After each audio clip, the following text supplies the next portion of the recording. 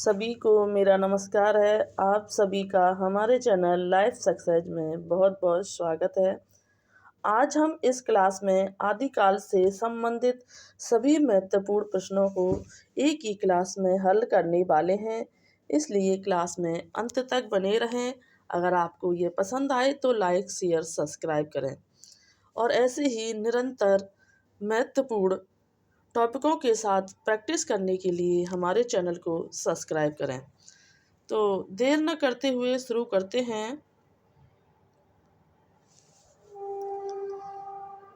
सबसे पहले देखते हैं अपभ्रंश के रचनाकार एवं उनकी रचना है। तो अपभ्रंश के अंतर्गत कौन सी रचनाएं और उनके रचनाकार आते हैं। तो सबसे पहले आती है रचना दोहा कोश। दोहा कोश जो रचना है वह सरहपाद के द्वारा रचित मानी जाती है और सरहपाद जो है अपभ्रंश के ये पहले कवि माने जाते हैं और सरहपाद जो हैं वो 8वीं सदी के कवि माने जाते हैं। सरहपाद को सरोज वज्र के नाम से भी जाना जाता है और इसमें आचरण की पवित्रता और धार्मिक सिद्धांतों और ब्रह्म आडंबरों का विरोध किया गया है। नंबर 2 देखते हैं पयुम चरयू परम पयुम चरयू, इसे पद्म चरित भी के नाम से भी जाना जाता है। यह स्वयंभू के द्वारा रचित है और स्वयंभू जो है वो 8वीं सदी के कवि माने जाते हैं।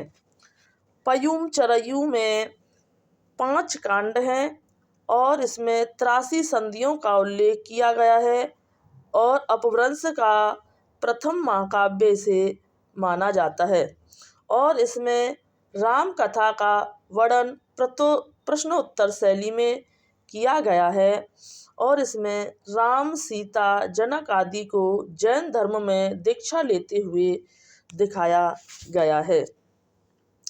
नंबर 3 देखते हैं रिठनेमी चरयू।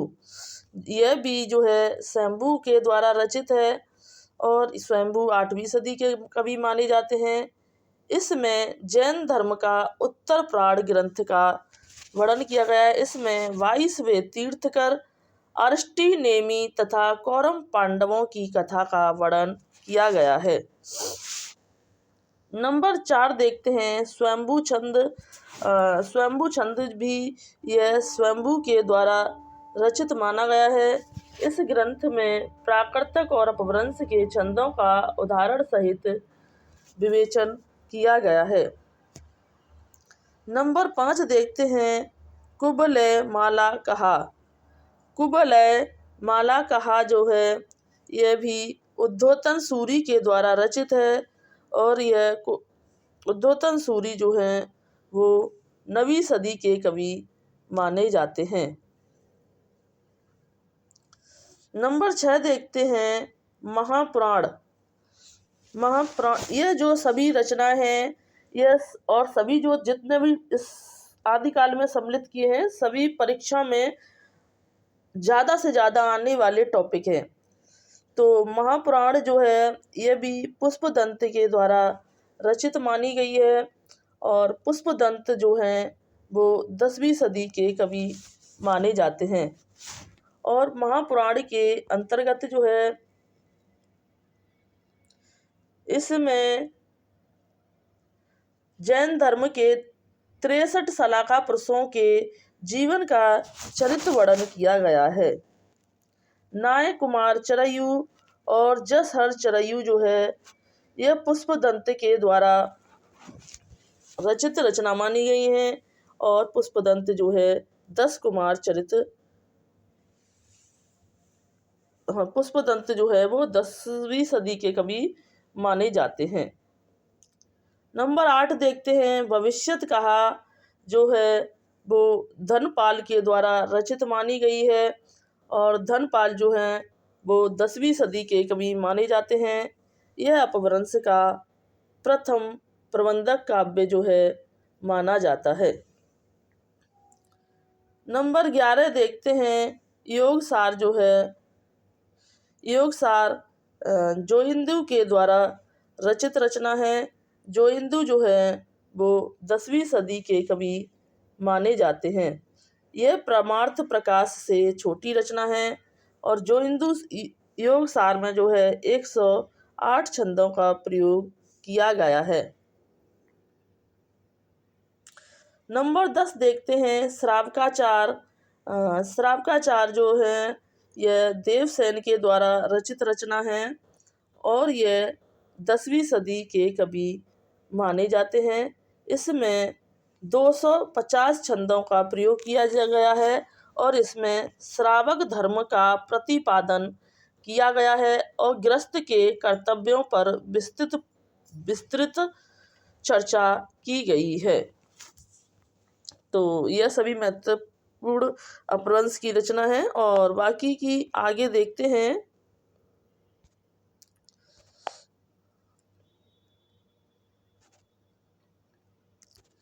नंबर 11 देखते हैं पाहुड़ दोहा। पाहुड़ दोहा जो है यह राम सिंह के द्वारा रचित मानी जाती है और राम सिंह जो है वो 11वीं सदी के कवि माने जाते हैं। नंबर 12 देखते हैं दब्ब साहब पयास जो है वो माइकल दब्बल के द्वारा रचित मानी जाती है। पहली पुरानी हिंदी में दोहा था यह। हरिवंश पुराण भी यह माइकल दब्बल के द्वारा रचित मानी गई है। इसमें महाभारत की कथा के साथ ही जैन धर्म के चरित्रों का भी वर्णन किया गया है।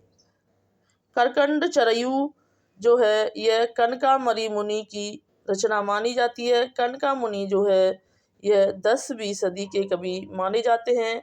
करकंडू चरित में 10 संधियों का यह प्रबंध काव्य माना जाता है।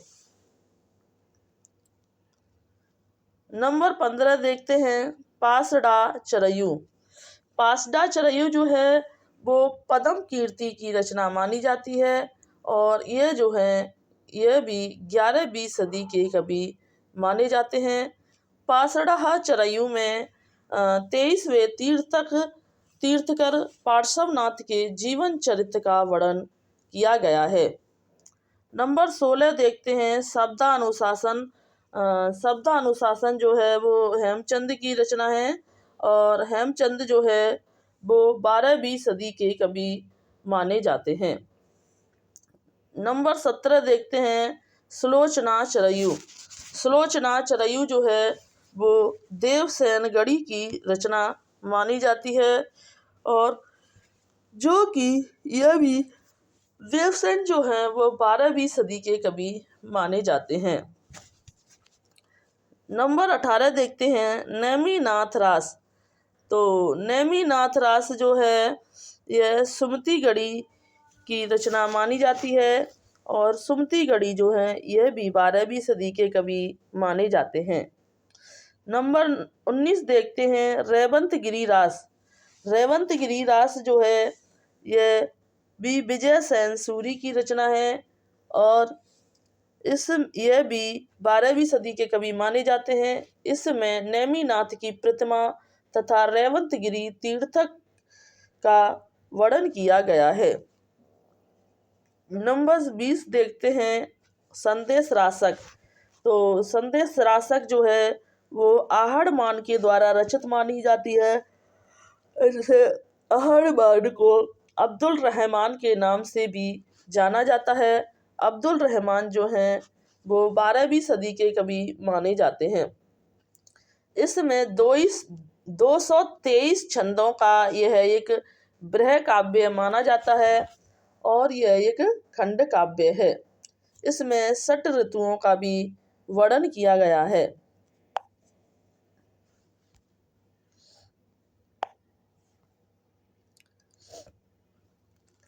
आगे देखते हैं कि उक्ति व्यक्ति प्रकरण। उक्ति व्यक्ति प्रकरण भी एक अपभ्रंश की रचना है जो कि यह दामोदर कवि के द्वारा रचित मानी जाती है और दामोदर कवि जो हैं यह 12वीं सदी के कवि माने जाते हैं। यह एक व्याकरण ग्रंथ है। इस पुस्तक में काशी की भाषा का रूप पाया जाता है। नंबर 22 देखते हैं, उपदेश रसायन।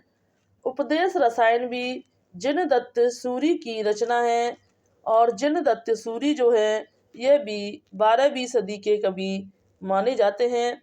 उपदेश रसायन के अंतर्गत सदाचार और नीति संबंधी धार्मिक उपदेशों का वर्णन किया गया है। नंबर 23 देखते हैं, पाषाणाचर्यु। पाषाणाचर्यु जो है वो श्रीधर की रचना मानी जाती है।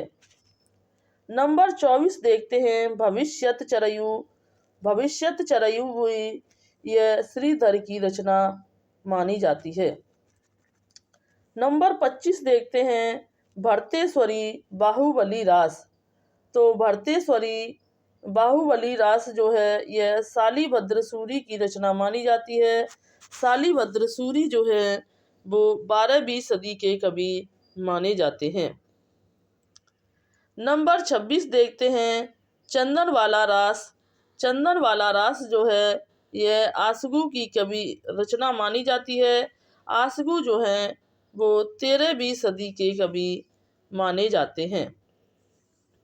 नंबर 27 देखते हैं, स्थूलीभद्र रास।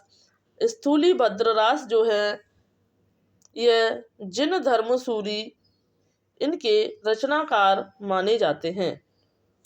नंबर 28 देखते हैं कि कीर्तिलता जो है यह विद्यापति की रचना मानी जाती है। विद्यापति जो है वो 14वीं सदी के कवि माने जाते हैं। तो इसमें कीर्ति सिंह की वीरता, दानशीलता और राजनीतिक कुशलता का वर्णन किया गया है। विद्यापति को अभिनव जयदेव, खेलावन कवि, मैथिल कवि आदि नामों से जाना जाता है। नंबर 29 देखते हैं, वड़ रत्नाकर जो है वो ज्योति ठाकुर के द्वारा रचित रचना मानी जाती है और ज्योति ठाकुर जो हैं, ज्योतिश्वर ठाकुर 14वीं सदी के कवि माने जाते हैं। नंबर 30 देखते हैं, जसहरचर्यु जो है वो रयुदु की रचना मानी जाती है।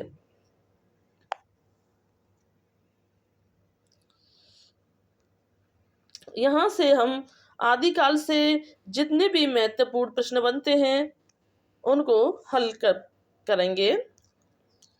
नंबर 1 देखते हैं कि आदिकाल को सिद्ध सामंत युग किसने कहा है। तो आदिकाल को जो है सिद्ध सामंत युग जो कहने वाले हैं वो राहुल साकृत्यायन ने आदिकाल को सिद्ध सामंत युग कहा था। और आदिकाल को आदिकाल हजारी प्रसाद द्विवेदी जी ने कहा था। आदिकाल को बीज बपन काल महावीर प्रसाद द्विवेदी जी ने कहा था। आदिकाल को वीर गाथा काल रामचंद्र शुक्ल ने कहा था। नंबर 2 देखते हैं कि आदिकाल को बीज बपन काल किसने कहा है। तो आदिकाल को बीज बपन काल जो है वो महावीर प्रसाद द्विवेदी ने कहा था। और आदिकाल को आदिकाल हजारी प्रसाद द्विवेदी ने, आदिकाल को वीर गाथा काल रामचंद्र शुक्ल ने और आदिकाल को नंबर 3 देखते हैं, आदिकालीन साहित्य का प्रमुख रस है। तो आदिकालीन साहित्य का जो प्रमुख रस माना जाता है इसे वीर रस माना जाता है, क्योंकि आदिकाल में जो है वीरता की प्रधानता रही है, इसलिए आदिकाल का जो प्रमुख रस माना जाता है वो वीर रस माना जाता है। नंबर 4 देखते हैं कि हिंदी साहित्य का इतिहास किसने नहीं लिखा है। हिंदी साहित्य का इतिहास किसने नहीं लिखा है। तो डॉक्टर नगेंद्र ने हिंदी साहित्य का इतिहास नहीं लिखा है। इन्होंने इतिहास नहीं लिखा है जबकि उसे संपादित किया है। और इनका जन्म जो है वो 1915 ईस्वी में हुआ था। और डॉक्टर नगेंद्र जो है एक रसवादी कवि माने जाते हैं। हिंदी साहित्य का इतिहास लिखने वाले डॉक्टर नगेंद्र नहीं है। यह परीक्षा में बहुत पूछा जाता है और इस चीज़ में हमें बहुत कन्फ्यूजन रहती है कि इन्होंने इतिहास लिखा या नहीं लिखा। तो इन्होंने इतिहास लिखा नहीं था, संपादित किया था सिर्फ। नंबर 5 देखते हैं कि अपभ्रंश के प्रथम महाकवि कौन माने जाते हैं। तो अपभ्रंश के जो प्रथम कवि माने जाते हैं वह स्वयंभू को माना जाता है और स्वयंभू जो है वो प्रथम सदी के कवि स्वयंभू जो है वो 8वीं सदी के कवि माने जाते हैं। नंबर 6 देखते हैं कि 84 सिद्धों में प्रथम सिद्ध कौन सा था। जो 84 सिद्धों में सरपहा जो है वो को पहला सिद्ध कवि माना जाता है। नंबर 7 देखते हैं कि हिंदी की प्रथम रचना श्रावकाचार्य के रचयिता हैं। तो हिंदी की जो प्रथम रचना जो श्रावकाचार्य के जो रचयिता माने गए हैं वो देवसेन को माना गया है। और नंबर 8 देखते हैं कि गोरखनाथ के गुरु कौन थे। गोरखनाथ के जो गुरु माने जाते हैं मच्छेंद्र नाथ जो हैं वो गोरखनाथ के गुरु माने जाते हैं। नंबर 9 देखते हैं कि पुष्पपुंड को हिंदी का प्रथम कवि किसे माना जाता है। तो पुष्प या पुंड को जो हिंदी का जो प्रथम कवि माना जाता है वो शिव सिंह सेंगर ने पुष्प या पुंड को हिंदी का प्रथम कवि माना है। नंबर 10 देखते हैं कि अवधूत मत किसे कहते हैं। तो अवधूत मत जो है नाथ संप्रदाय को अवधूत मत कहते हैं। नंबर 11 देखते हैं कि 84 सिद्धों में सर्वोच्च स्थान किस सिद्ध का माना जाता है। तो 84 सिद्धों में जो सरपहा जो हैं वो प्रथम सिद्ध माने जाते हैं और इनमें से जो सर्वोच्च स्थान माना जाता है तो लुइपा का इनमें सबसे सर्वोच्च स्थान माना जाता है। नंबर 12 देखते हैं और सिद्धों की भाषा जो थी वो संधा भाषा थी। सिद्ध कवियों की भाषा को संधा भाषा जो है किसने कहा था। तो सिद्धों की भाषा को जो संधा भाषा कहा था अद्वै वज्र तथा मुनि दत्त ने सिद्ध कवियों की भाषा को संधा भाषा कहा था। नंबर 13 देखते हैं अभिमान मेरु किसे कहा गया है। अभिमान मेरु किसे कहा गया है। तो पुष्पदंत को जो है अभिमान मेरु कहा गया था। पुष्पदंत जो हैं वो 10वीं सदी के कवि माने जाते हैं। पुष्पदंत ने स्वयं को ही अभिमान मेरु की उपाधि दी थी। नंबर 14 देखते हैं कि प्रथम जैन कवि कौन है। तो प्रथम जैन कवि जो हैं वो देवसेन को माना जाता है। नंबर 15 देखते हैं कि प्रबंध चिंतामणि के रचयिता कौन है। तो प्रबंध चिंतामणि के जो रचयिता माने जाते हैं मेरुतुंग जो हैं वो प्रबंध चिंतामणि के रचयिता माने जाते हैं। नंबर 16 देखते हैं कि कुमारपाल प्रतिबोध के रचयिता कौन है।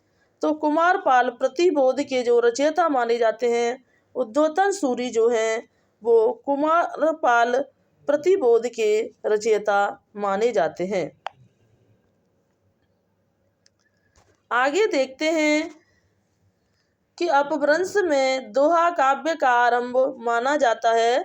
तो अपभ्रंश में जो दोहा काव्य का जो आरंभ माना जाता है वो योगसार से जो है दोहा काव्य का आरंभ माना जाता है। नंबर 18 देखते हैं कि शब्दानुशासन के रचनाकार कौन है। तो शब्दानुशासन के जो रचनाकार माने जाते हैं हेमचंद जो है वो शब्दानुशासन के रचनाकार माने जाते हैं। हेमचंद जो हैं वो 11वीं सदी के कवि माने जाते हैं।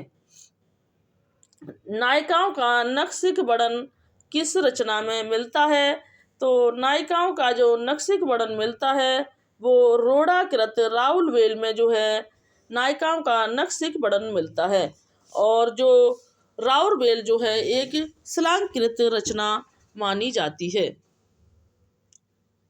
नंबर 20 देखते हैं कि आदिकाल की चंपू काव्य कृति है।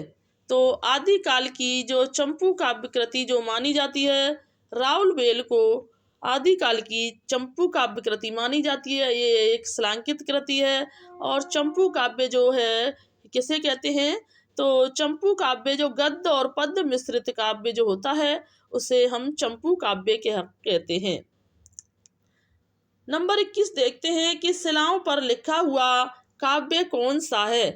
तो शिलाओं पर लिखा हुआ काव्य जो है वो राउरवेल है, जो कि शिलांकित आधारित रचना मानी जाती है। नंबर 22 देखते हैं कि 63 सलाका पुरुषों के जीवन का वर्णन हुआ है। तो 63 सलाका पुरुषों के जो जीवन का जो वर्णन हुआ है वो महापुराण में 63 सलाका पुरुषों के जीवन का वर्णन किया गया है। नंबर 23 देखते हैं कि संदेश रासक किस प्रकार का काव्य है। तो संदेश रासक जो है वो एक खंड काव्य माना जाता है, जो कि अब्दुल रहमान के द्वारा रचित है। इसे आहड़मान के नाम से भी जाना जाता है और यह जो है एक विरह काव्य खंड माना जाता है। नंबर 24 देखते हैं कि स्वयंभू का अपूर्ण ग्रंथ है। तो स्वयंभू का जो अपूर्ण ग्रंथ माना जाता है, पंचम चरयु जो है स्वयंभू का अपूर्ण ग्रंथ माना जाता है। स्वयंभू 8वीं सदी के कवि माने जाते हैं। पंचम चरयु में 5 कांड हैं और इसमें 83 संधियों का वर्णन किया गया है और इसमें राम कथा का वर्णन किया गया है।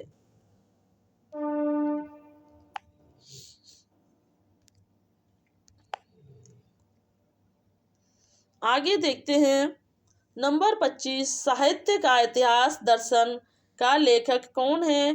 तो साहित्य इतिहास दर्शन का जो लेखक माना जाता है, नलिन बिलोचन शर्मा को जो है साहित्य इतिहास दर्शन का लेखक माना जाता है। नंबर 26 देखते हैं, आदिकाल में चरित काव्य सर्वाधिक किस साहित्य में रचे गए थे। तो आदिकाल में जो चरित काव्य सबसे ज़्यादा जो रचे गए थे वो जैन साहित्य में चरित काव्य जो हैं वो सबसे ज़्यादा रचे गए थे। नंबर 27 देखते हैं कि गोरख की वाणियों का सर्वप्रथम संग्रह किसने किया था। तो गोरख की वाणियों का जो सर्वप्रथम संग्रह जो किया गया था वो पीताम्बर दत्त वड़थयाल के द्वारा गोरख की वाणियों का जो है सर्वप्रथम संग्रह किया गया था।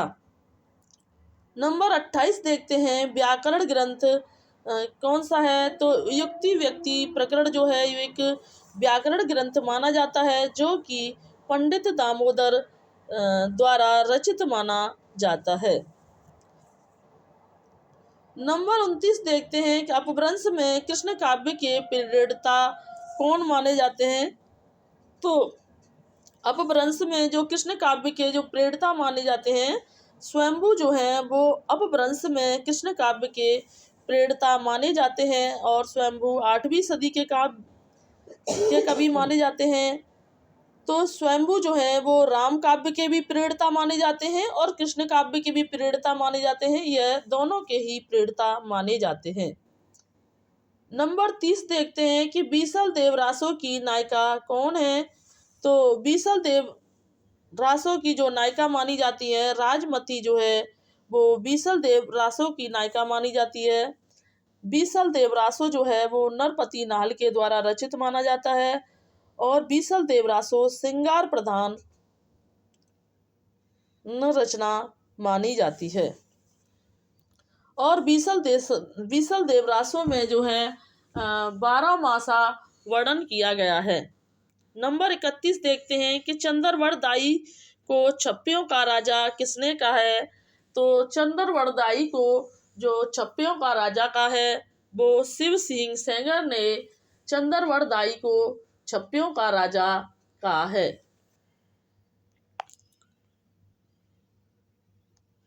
नंबर 32 देखते हैं कि जय मयंक जस चंद्रिका के रचयिता कौन है। तो जय मयंक जस चंद्रिका के जो रचयिता माने जाते हैं, भट्ट केदार जो हैं वो जय मयंक जस चंद्रिका के रचयिता माने जाते हैं। नंबर 33 देखते हैं कि चंद्र को छंदों का राजा किसने कहा है। तो चंद्र को छंदों का जो राजा हजारी प्रसाद द्विवेदी जी के द्वारा कहा गया है। नंबर 34 देखते हैं कि परमाल रासो काव्य कृति के कवि का नाम क्या है। तो परमाल रासो काव्य कृति के जो कवि का नाम माना जाता है तो जगनिक जो है परमाल रासो काव्य कृति के लेखक माने जाते हैं। नंबर 35 देखते हैं कि खड़ी बोली के प्रथम कवि कौन हैं। तो खड़ी बोली के जो प्रथम कवि माने जाते हैं अमीर खुसरो जो हैं वो खड़ी बोली के प्रथम कवि माने जाते हैं। नंबर 36 देखते हैं कि तोता ए हिंद किसे कहा जाता है। तो तोता ए हिंद अमीर खुसरो को कहा जाता है। अमीर खुसरो का जन्म जो है 1225 में पटियाली में हुआ था। अमीर खुसरो ने मुकरियाँ, पहेलियाँ आदि भी लिखी थी। अमीर खुसरो को राम कुमार वर्मा ने प्रथम अवधि का कवि भी माना है। नंबर 37 देखते हैं कि मैथिल कोकिल किसे कहा जाता है। तो मैथिल कोकिल जो कहा जाता है विद्यापति को मैथिल कोकिल, अभिनव जयदेव, खेलावन कवि आदि विभिन्न नामों से जाना जाता है। नंबर 38 देखते हैं अमीर खुसरो का पूरा नाम क्या है। तो अमीर खुसरो का जो पूरा नाम माना जाता है अब्दुल हसन यमुद्दीन खुसरो जो है अब्दुल अमीर खुसरो का पूरा नाम माना जाता है। नंबर 39 देखते हैं कि अमीर खुसरो को अवधी का प्रथम कवि किसने माना है। तो अमीर खुसरो को अवधी का जो प्रथम कवि माना है तो राम कुमार वर्मा ने अमीर खुसरो को अवधी का प्रथम कवि माना है।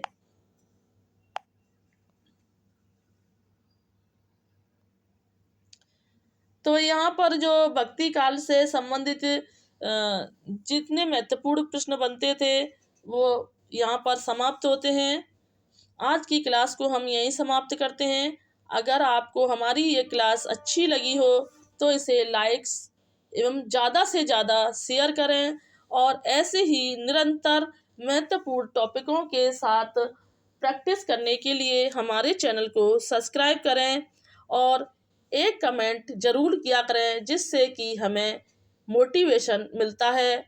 चाहे वो सही करें या गलत करें, जिससे कमी होगी तो वो भी हमें पता चलेगी जिससे कि हम आगे सुधार कर सकें। तो thanks for watching this video. जय हिंद, जय भारत।